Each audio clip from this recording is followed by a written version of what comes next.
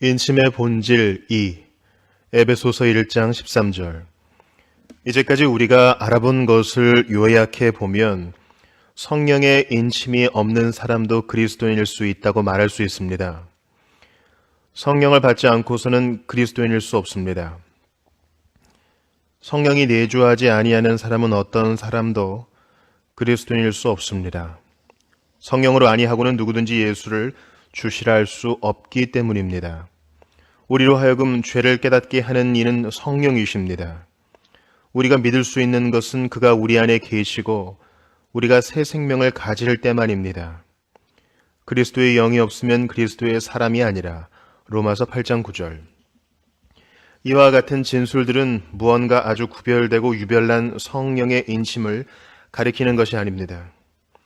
우리는 인침이란 우리가 하나님의 아들됨을 증거하는 것이라고 말씀드린 바 있습니다. 성령의 인침이 우리로 하나님의 아들들이 되게 하는 것이 아닙니다. 우리 주님이 세례를 받으실 때에 하나님의 아들이 된 것이 아닙니다. 그는 언제나 하나님의 아들이셨기 때문입니다. 그가 세례를 받는 동안에 성령의 세례를 받으신 것은 나사렛 예수께서 하나님의 아들이요 메시아임을 진정으로 증거하는 것이요 도장을 찍는 것이었습니다. 그리스도인들에게도 역시 마찬가지의 논리가 성립됩니다. 인침은 우리가 성령을 모시고 있다는 것을 가리키지 않습니다. 그 이상입니다. 거기에 무엇을 더하는 것입니다. 우리가 하나님의 아들들이며 진정 하나님의 백성들이요 후사들 곧 그리스도와 함께 영광을 물려받을 후사들임을 보증으로 증거하는 것을 의미합니다. 인침은 하나님이 행하시는 일입니다. 그 안에서 너희도 진리의 말씀, 곧 너희의 구원의 복음을 듣고 그 안에서 또한 믿어 약속의 성령으로 인치심을 받았으니 그것은 이미 믿는 사람에게 행해지는 무엇입니다. 인침이 무엇을 의미하는지 정의하는 데 있어서 한 걸음 더 나아가서 그것을 적극적으로 생각하여 나갈 수 있게 되었습니다. 우리가 생각할 첫 번째 진술은 인침이 하나의 체험이라는 것입니다. 인침은 체험적인 것입니다. 제가 그것을 강조하는 이유는 많은 책들이 성령에 관하여 쓰여지고 있는데 성령의 인침이 체험이 아니라고 강조하고 있기 때문입니다. 성령의 인침은 체험 같은 것과는 아무런 상관이 없다는 식으로 말하고 있습니다. 성령의 교리에 관한 한 권의 책이 있는데 그 책의 제목은 성령론, 프니마탈로지입니다. 그 책은 많은 방면에서 탁월한 성경신학적 시리즈 중에 일부를 담당하고 있습니다. 그런데 그 책이 성령의 인침의 교리를 다루는 지점에 와서는 다음과 같은 담대한 제목을 붙이고 있는 것을 봅니다. 성령의 인침은 체험적인 것이 아님. 바로 이런 식의 가르침이 오늘날 유행되고 있는 성령의 인침에 대한 가르침의 특징입니다. 역시 성령의 세례나 성령으로 세례를 받는 것은 전적으로 체험이 아니라는 데에 온 강조점을 두고 있습니다. 지난 세기의 중엽 이래 그런 가르침이 유행되어 왔습니다. 이 문제는 우리가 성령의 인침의 본질에 대하여 논의하는 데 있어서 매우 적절한 것입니다. 제가 언급한 책은 단호하게 이렇게 진술하고 있습니다. 성령의 세례와 관련하여 어떤 체험이나 어떤 느낌이 없다. 저자가 그렇게 말하는 이유가 어디 있는지를 설명하는 것은 아주 간단합니다. 고린도전서 12장 13절에서 발견되는 말씀 때문에 그렇게 말하는 것이 타당하다는 결론을 얻었던 것입니다. 우리가 유대인이나 헬라인이나 종이나 자유자나 다 한 성령으로 세례를 받아 한 몸이 되었고 또 다 한 성령을 마시게 하셨느니라. 그들은 이렇게 주장합니다. 그 진술은 성령의 세례를 언급하고 있음이 틀림없다. 그러므로 성령의 세례는 분명하게 하나님께서 우리를 그리스도의 몸에 연합시키시는 하나님의 행동을 가리키는 것이다. 그러므로 성령의 세례는 모든 신자들이 그리스도의 몸의 무의식 속에서 연합이 되게 하시는 하나님의 행동이라고 할 수 있다. 그러한 논증은 세례라는 말이 고린도전서 12장 13절에서 그렇게 사용되었다는 사실에 근거하고 있습니다. 이 문제에 있어서 가장 난해한 요소는 바로 그 세례라고 하는 말과 관련되어 야기됩니다. 성령이라는 말과 세례라는 말이 같은 진술에서 발견되는 곳에서는 그것이 어느 때든지 간에 그 의미가 같다고들 생각하고 있는 것입니다. 그래서 성령의 세례는 그리스도께 우리가 연합되는 것을 의미하는 것으로 결론 내려지는 것입니다. 그리스도와 연합되는 일은 전적으로 우리의 의식 밖에서 일어나는 것이고 체험의 영역 밖에서 일어나는 한 사건입니다. 여기서 범하고 있는 오류는 세례의 주다는 말이 성경에서 많은 다른 방식으로 쓰여지고 있다는 점을 알지 못한 데 기인합니다. 이 세례라는 말은 이런저런 방식으로 우리에게 거의 가설적인 영향을 끼치고 있습니다. 그리하여 우리의 생각과 이지를 사로잡습니다. 우리 주님께서 친히 말씀하신 진술을 예로 들어봅시다. 나는 받을 세례가 있으니 그 이루기까지 나의 답답함이 어떠하겠느냐. 누가복음 12장 50절. 명백한 것은 주님께서 물 세례를 말씀하고 계시지 않다는 것입니다. 그 물 세례는 이미 받으셨습니다. 그가 말씀하고 계시는 것은 물 세례를 다시 받아야 할 것이라는 말씀이 아닙니다. 당신이 받으실 다가올 시련과 죽음을 말씀하고 계시는 것입니다. 생명이 경각에 달려있는 전장에서 싸우고 있는 군인을 두고 자주 하는 말과 비교될 수 있는 것입니다. 그 군인은 전장에 있으므로 불 세례를 받는다고 말합니다. 이 세례라고 하는 말에는 다양한 용례가 있습니다. 그러므로 고린도전서 12장 13절에서는 그 다양한 용법 중 하나를 사용하고 있는 것에 불과하다고 생각해야 합니다. 우리는 다 성령에 의하여 그리스도의 영역으로 옮겨졌습니다. 주의 몸된 교회 안으로 옮겨졌습니다. 모든 그리스도인들은 다 그러한 방식으로 그리스도 몸의 지체들이 되었습니다. 그러나 성령으로 세례를 받았다는 표현의 의미가 그런 의미만을 가진 것은 아닙니다. 이 점은 매우 중대한 요점입니다. 만일 성령으로 인침받는 것이 우리의 의식 밖에서 일어나는 일이라고 말하는 것이 옳다면, 그리고 성령으로 인침받는 것이 전적으로 비체험적이라면 어떤 의미에서 성령으로 인침받는 문제에 그렇게 큰 관심을 기울일 필요가 없습니다. 또한 여기서 사도 바울이 말하는 의도에 하등의 도움을 주지 못합니다. 사도 바울은 여기서 우리가 받을 기업에 대한 확신을 주는 데 관심을 두고 있습니다. 그러므로 이 문제는 중대한 요점이 되는 것입니다.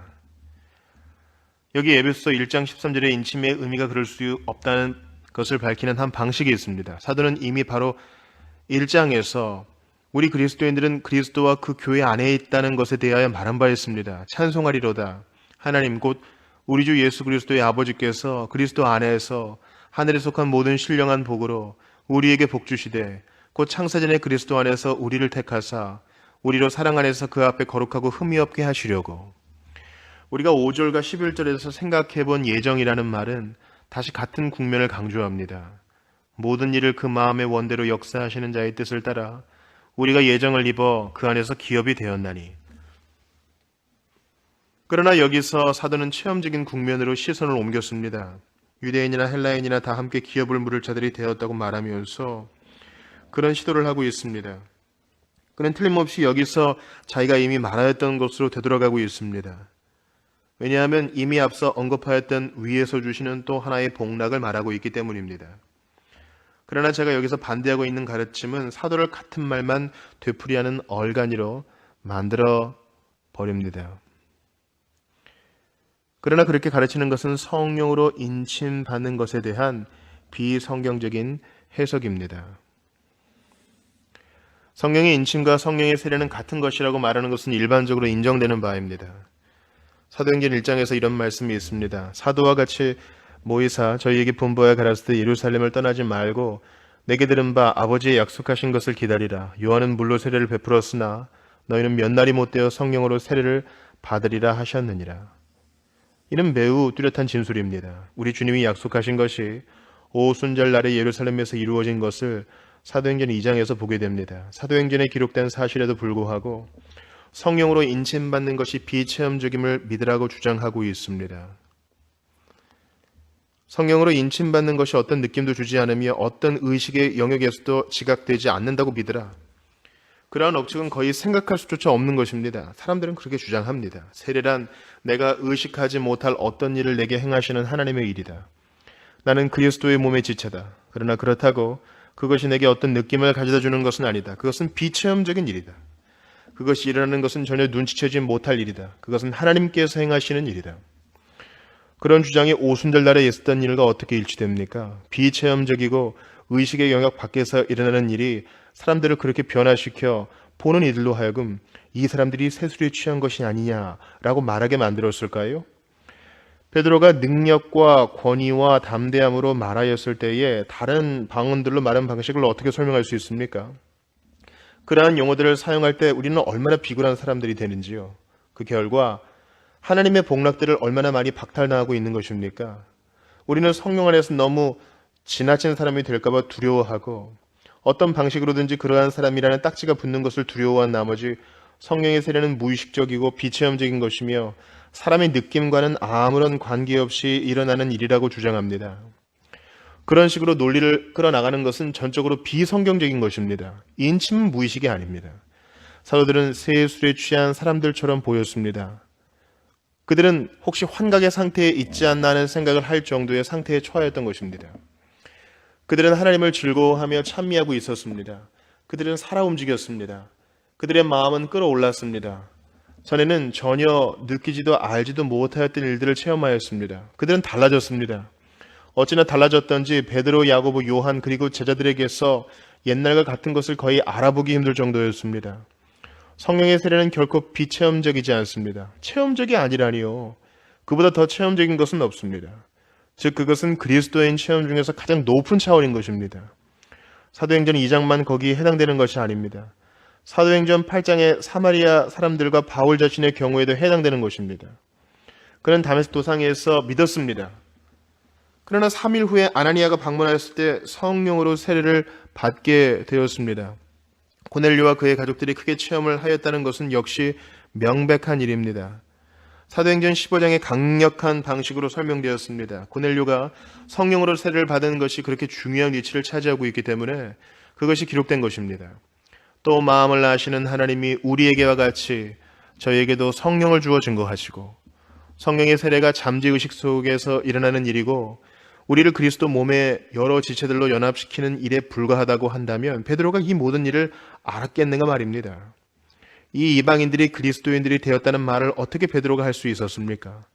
베드로는 완강한 유대인이었습니다. 그가 이방인들을 그리스도의 교회로 받아들여야 됨을 확신하기 위해 욥바의 지붕 위 하늘에서 오는 환상이 필요하였던 것입니다.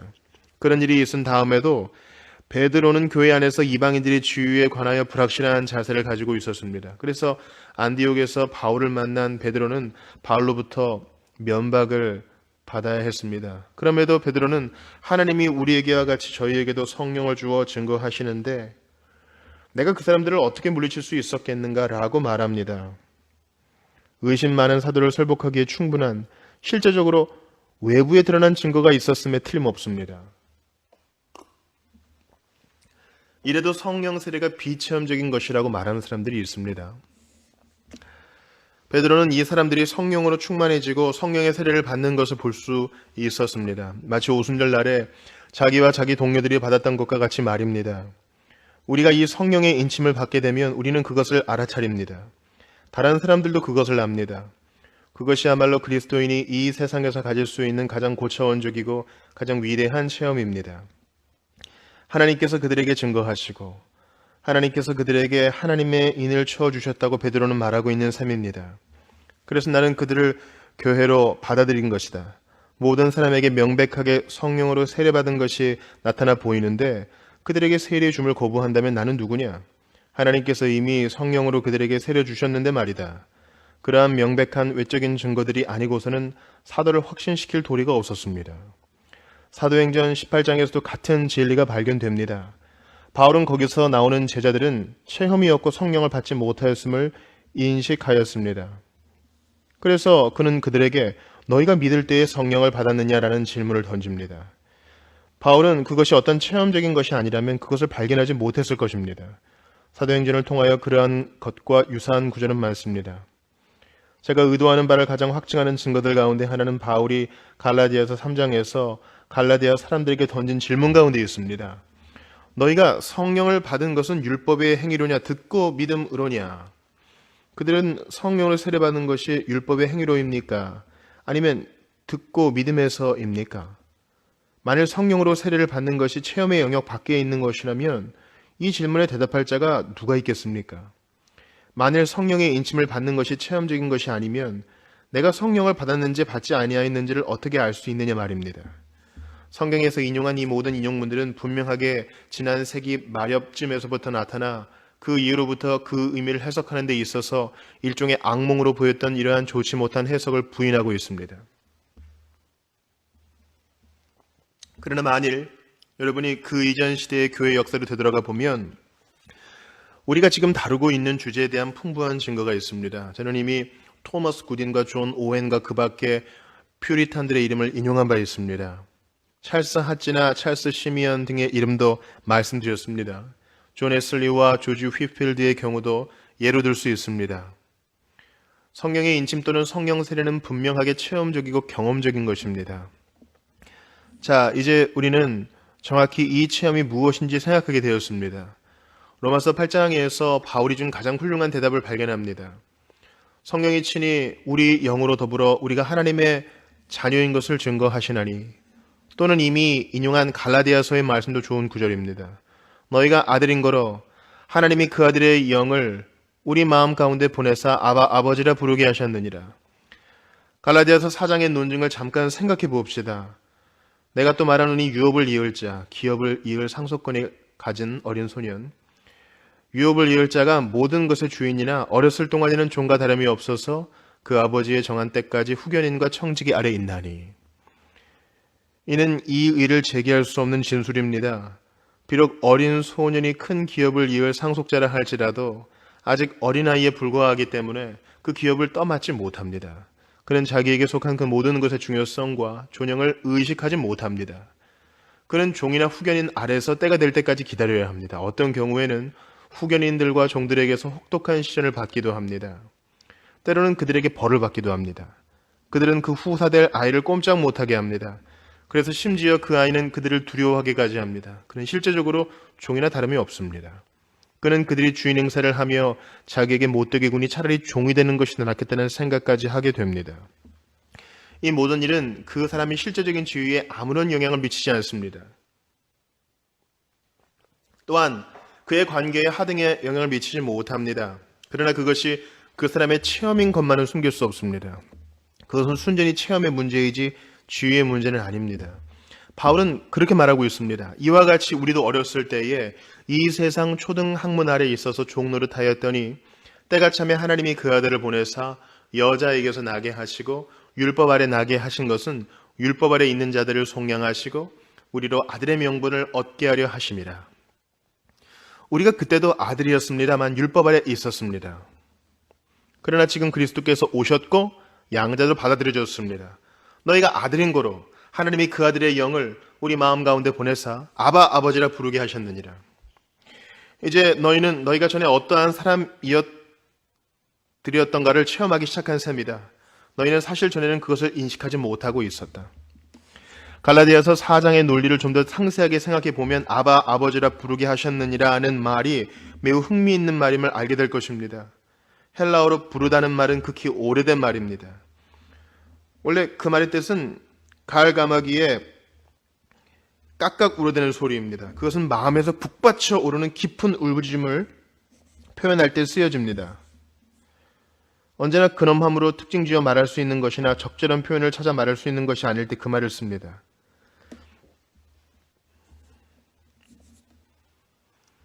은근하게 표현할 수 있는 것보다 훨씬 더 격한 무엇입니다. 그것은 어린아이의 마음에서부터 우는 참다운 울부짖음입니다. 자기 아버지께 간청하면서 매달리며 무언가를 애원하는 어린아이의 울부짖음입니다. 곧 한 관계에서 나오는 울부짖음입니다. 바로 이 어휘가 우리의 복되신 주님 자신에 대하여 사용된다는 것을 주목하는 것은 매우 흥미있고 도움을 주는 것입니다. 마가복음 14장에서 우리 주님은 바로 이와 같은 표현을 사용하셨습니다. 그는 겟세마네 동산에서 이렇게 기도하셨습니다. 아바 아버지여, 아버지께는 모든 것이 가능하오니 이 잔을 내게서 옮기시옵소서. 그러나 나의 원대로 마옵시고 아버지의 원대로 하옵소서. 우리 주님은 말로 할 수 없이 고뇌하시면서 피 땀방울을 흘리셨습니다. 그러면서 자기와 자기 아버지의 부자 관계를 매우 결정적인 방식으로 인식함을 보여주고 계십니다. 그는 아버지라는 말로만 부르신 것이 아니라 그는 아바 아버지라 말합니다. 아람어와 헬라어가 함께 어우러진 애정이 넘치는 부르짖음입니다. 이 부르짖음은 아버지와의 관계를 아는 어린아이의 본능적인 부르짖음입니다. 주님은 아바 아버지 할 수만 있거든이라고 했습니다. 그래서 사도는 갈라디아서 4장에서 우리가 그리스도의 공로와 성령의 세례로 인하여 그리스도 안에 있었던 영을 받아 아바 아버지라 부르짖게 되었다고 말하고 있습니다. 우리는 하나님을 아버지로 확신케 되었습니다. 우리는 하나님을 아버지로 알고 있었습니다. 우리는 더 이상 하나님을 이론적인 측면에서 아버지를 알고 있지 않습니다. 그것은 깊은 곳에서 우러나오는 마음의 부르짖음이요, 본능적인 부르짖음입니다. 그것이 바로 성령의 인침의 결과입니다. 우리는 그것을 더 잘 설명하기 위해서 그리스도인에게 주어진 고유한 복락이 그리스도인으로 하여금 구약의 성도들과 다르게 하였다고 말할 수 있습니다. 바로 그것이 갈라디아서 4장의 실질적인 논증입니다. 구약의 성도들, 아브라함, 이삭, 야곱, 다윗 등 모든 이들은 우리와 같이 하나님의 자녀들입니다. 만일 우리가 그 점에 대하여 분명하지 못하면 어느 곳에서나 혼란됩니다. 그러나 바울은 갈라디아서에서 이렇게 논증하고 있습니다. 너희가 그리스도께 속한 자면 곧 아브라함의 자손이요 약속대로 유업을 이을 자니라. 이방 사람들이 그리스도인이 될 때 그들은 아브라함의 후손이 되었고 아브라함과 함께 후사가 되었습니다. 하나님의 약속을 받은 모든 믿는 유대인들과 함께 후사가 되었습니다. 사도는 에베소에서 그와 유사하게 말하고 있습니다. 사도 바울에게 주어진 특별한 메시지는 이방인들이 이미 하나님의 나라에 속한 유대인들과 동일한 후사들임을 발표하는 것이라고 말하고 있습니다. 그러므로 성령의 인침이 다음과 같은 방식으로 차이를 만들어냄을 살펴볼 수 있습니다. 구약시대의 성도들과 오순절 이전에 믿는 자들이며 하나님의 자녀들인 사도들은 같이 믿는 자들이었을 뿐 아니라 하나님의 자녀들이기도 하였습니다. 그러나 그때까지는 종과 같이 후견인들 아래에 있어서 자신들의 지위가 무엇인지를 진정으로 인식하지 못하였습니다. 그들은 그때에는 아바 아버지라 부르짖을 수 없었습니다. 그들은 하나님이 자기들의 아버지인 것을 믿었습니다. 그러나 그들의 깊은 곳에서 아바 아버지라 부르짖지는 않았습니다. 그러나 그들이 성령의 세례를 받자마자 곧 인침이 임하자마자 아바 아버지라 울부짖었습니다. 그것은 하나님께서 그들의 마음에 양자의 영을 부어주셨기 때문입니다. 곧 자기 자신의 아들의 영을 부어주셨기 때문입니다. 이러한 체험은 바로 성령의 인침 또는 성령의 세례가 의미하는 바입니다. 예루살렘에 있던 사도들에게 오순절 날에 바로 그 일이 일어났던 것입니다. 그들은 우리 주님과 주님의 구원을 그전에도 믿었습니다. 그러나 이제 그들은 그것을 믿되 가슴이 터질 듯이 믿고 말할 수 없는 기쁨과 영광의 충만함으로 그 믿음을 누리고 있습니다. 그럼에도 많은 복음적인 교사들이 성령의 인침이 체험이 아니라고 말하고 있다니, 이 체험을 주장하는 어떤 이는 너무 지나치게 될 것을 두려워한 나머지 성령을 소멸하는 죄를 범하는 일이 자주 있습니다. 가장 부요한 복락을 박탈해버리고 마는 것입니다. 아버지의 약속하신 성령이란 바로 그런 의미입니다. 그것은 양자의 영이며 자권, sonship의 영입니다. 우리가 아들들이라는 사실이 아니고 우리가 하나님의 아들들임을 인식하는 것입니다. 다른 말로 해서 이 인침은 주 예수 그리스도 안에서 우리와 하나님과의 관계에 대하여 하나님께서 주시는 직접적인 확신입니다. 우리는 이미 더할 나위 없이 훌륭한 두 가지 유형의 확신이 있음을 알고 있습니다. 즉 성경의 진술들을 기초한 객관적인 논증으로부터 얻는 확신이 있으며 요한 1서에서 발견되는 소위 생활의 시금석에서 유추해내는 주관적인 논증으로부터 얻는 확신이 있습니다. 그러나 그 이상의 훨씬 더 탁월한 확신을 가질 수 있습니다. 곧 성령의 인침에 의하여 주어지는 확신입니다. 성령이 친히 우리 영으로 더불어 우리가 하나님의 자녀인 것을 증거하시나니,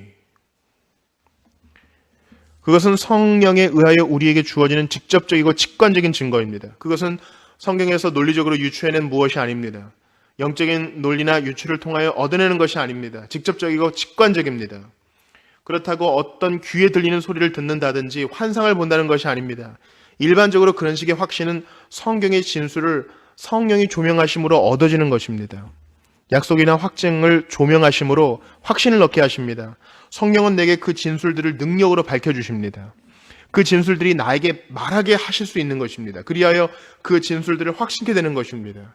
이러한 것들이 조명을 받아 내게 명확하게 되고 내가 살아있는 만큼 하나님의 자녀인 것을 확신케 되는 것입니다. 그 일은 성령께서 그리스도인들 모두가 하나님의 자녀들일 뿐만 아니라 특별히 내가 하나님의 자녀인 것을 말씀하신다는 것을 믿음으로써 일어나게 되는 것입니다. 저는 이제 이 진리를 가장 감동적인 방식으로 진술하는 것을 몇 가지 인용해 보겠습니다. 먼저 토마스 굿윈의 말을 생각해 봅니다. 사람의 영혼에 찾아와서 압도적으로 하나님은 그의 하나님이며 그는 하나님의 것임을 확신케 하며 또한 하나님께서 영원 전부터 그를 사랑하심을 확신케 하는 빛이 있다. 다시금은 이렇게 말합니다.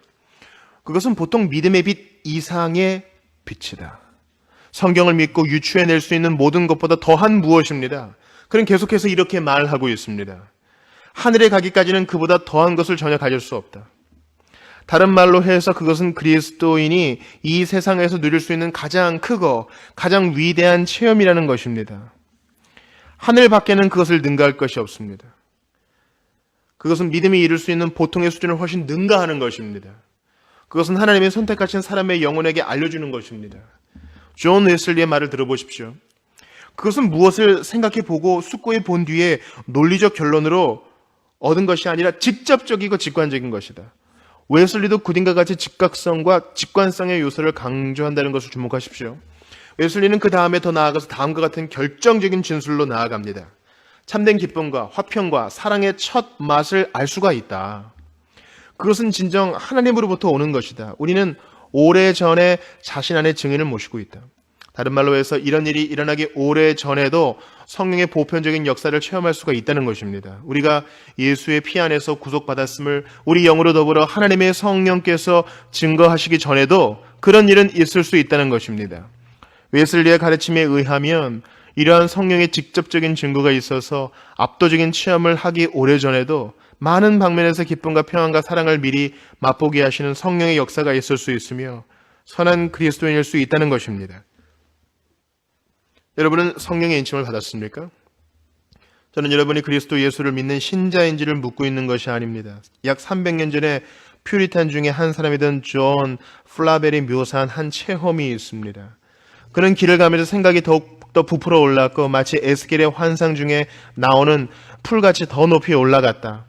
결국에 그의 생각들은 도도한 홍수같이 되었다.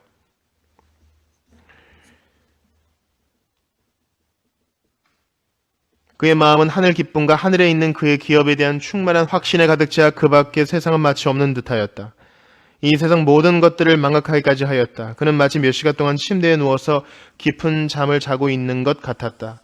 크게 기진하여 어떤 샘에 도달하여 주저앉아서 얼굴과 손을 씻었다. 하나님이 원하시면 그 자리가 이 세상을 떠나는 고벨의 자리가 되었으면 하는 간절한 바람이 있었다. 그의 눈에는 그가 전에 목격하였던 어떤 것보다 죽음의 얼굴이 그렇게 친절해 보일 수가 없었다. 죽음의 얼굴이 주 예수 그리스도의 얼굴을 제외하고는 가장 자애로워 보였다.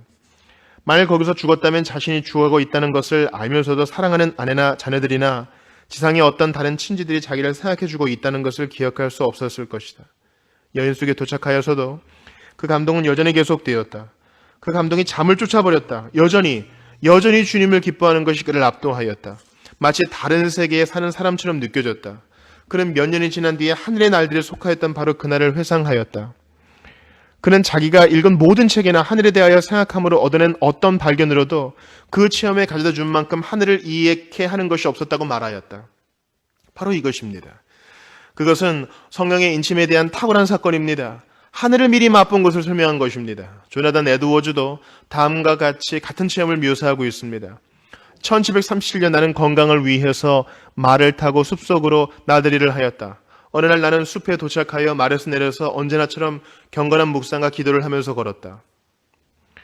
그때 나는 특이한 생각을 하게 되었다. 하나님과 사람 사이의 중보자이신 하나님의 아들의 영광, 그의 놀랍고 위대하고 충만하고 순전하고 꿀같이 단 은혜와 사랑, 온유하고 자애로운 겸손 등이 아주 특별하게 생각되었다. 고요하고 은근하게 보이는 이 은혜는 하늘보다 위대해 보였다. 그리스도의 인격이 흠없이 훌륭해 보였다. 내가 생각하기로 1시간 동안 그런 일이 계속되었는데 이때 그리스도는 모든 생각과 모든 마음의 상상을 사로잡기에 충분한 탁월한 위대함을 지니신 인격으로 보였다. 그 대부분의 시간 동안 나는 그만 눈물을 홍수같이 흘렸고 엉엉 소리내어 울어버리게 되었다. 오늘날 유행되는 이른바 인침은 체험이 아니라고 말하는 가르침과 얼마나 대조가 되고 있습니까? 조나단 에드워즈는 계속해서 자기의 체험을 이렇게 묘사해 나가고 있습니다. 내 영혼의 열심이 다르게는 표현할 수 없을 정도로 비워지고 소멸되는 것을 느꼈고 나는 마치 그것들이 먼지에 불과한 것처럼 느꼈다. 오직 내 영혼의 열심은 그리스도로만 충만해 있으며 거룩하고 순전한 사랑으로 그를 사랑하며 그를 신뢰하며 그를 의지하고 살며 그를 섬기고 따르는 일에만 전념하는 것을 느꼈다. 그리하여 내 영혼은 완전히 만족함을 누리며 마치 하늘의 것과 같은 순결함으로 깨끗해지는 것을 느끼게 되었다. 우리는 조나단 에드워즈야말로 소크라테스, 플라톤, 아리스토텔레스 이후로 가장 위대한 철학자들 중에 한 사람임을 명심해 둡시다. 우리는 매우 다른 사람 무디를 생각해 봅시다. 그는 어떤 방면으로 보더라도 철학자나 지성적인 사람이 아닙니다. 그는 이렇게 말하고 있습니다. 나는 전혀 없이 울기 시작하였다. 이에 대한 갈망은 더해갔다. 만일 내가 예배를 위해서 능력을 가질 수 없다면 더 이상 살아가고 싶지 않다고 느꼈다. 나는 언제나 하나님께서 성령으로 나를 충만케 해달라고 울면서 매달렸다. 뉴욕시 월가를 걸어가고 있었다. 그날을 나는 무엇라고 묘사할 수 없다. 나는 그것을 어떻게 말해야 할지 모르겠다. 무엇라고 이름 붙여야 할지 모를 정도로 거룩한 체험이었다. 나는 하나님께서 내게 자신을 보여주셨다고 하는 말밖에는 할 수 없다. 나는 하나님의 사랑의 체험을 어찌나 강하게 하였든지 하나님의 손을 멈추라고 구하지 않으면 안 되었다. 이제 웨일즈 침례교회의 위대한 설교자 크리스마스 에반스의 말을 예로 들어봅시다. 그는 어느 날 산을 넘어 여행을 하는 동안 체험했던 것을 묘사하였습니다. 그는 여러 해 동안 산데마니즘, 믿으면 된다는 식으로 가르치는 것과 유사한 교훈의 가르침을 믿은 결과로 메마르고 생명력이 없는 상태에 있었습니다.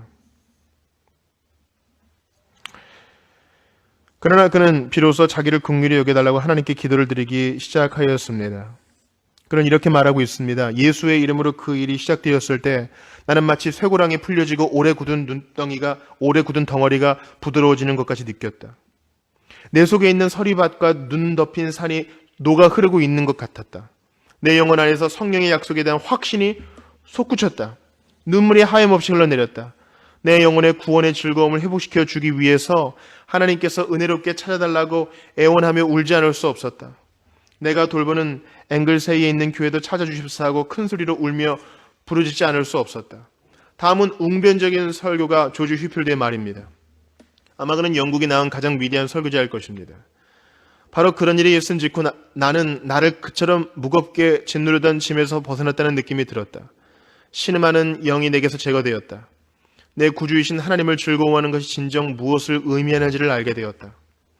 어떤 때는 내가 어디 있든지 시편을 노래하는 것을 막을 길이 없다. 그런데 나의 기쁨은 점차 더욱 정착되게 되었다. 하나님을 찬미하리로다. 내 영혼 안에 그 기쁨은 증가되었다. 물론 간간히 그 기쁨이 증가되는 것을 멈추는 때도 있었지만 말이다. 그렇게 해서 내 신음의 날들은 끝이 났다. 긴 밤이 버려지고 시험을 받은 별. 긴 밤 동안 버려지고 시험을 받은 별. 그 별은 전에는 멀리서 보였다. 그 별이 다시 나타났다. 내 마음에 새벽별이 떠올랐다. 이제 하나님의 성령께서 내 영혼을 사로잡았다. 내가 겸손히 소망한 대로 내게 구속의 날을 인쳐주셨다. 그는 이러한 체험을 하기 전에도 한동안 믿음을 가진 사람이었습니다. 그러나 이제 그는 성령의 인침을 받은 사람이 되었습니다. 그는 계속해서 이렇게 말합니다. 내 친구들은 내가 그렇게 발랄하게 보이고 그처럼 생동감 있게 행동하는 것을 보고 놀라게 되었다. 그들은 여러 경로를 통해 나의 변화를 알게 되었다. 다시 휘필드의 친구 존 웨슬리의 말을 들어보십시오. 그는 1738년 5월 24일 런던의 올더스게이트 거리에서 체험한 유명한 체험을 묘사하고 있습니다. 그는 그의 3월부터 믿음으로 의롭다 하심을 얻는 교리를 믿는 참신자가 되어 있었습니다. 그런데 그는 이렇게 쓰고 있습니다. 나는 내 마음이 이상하게 뜨거워지는 것을 느꼈다. 나는 그리스도를 신뢰하고 있음을 느꼈다.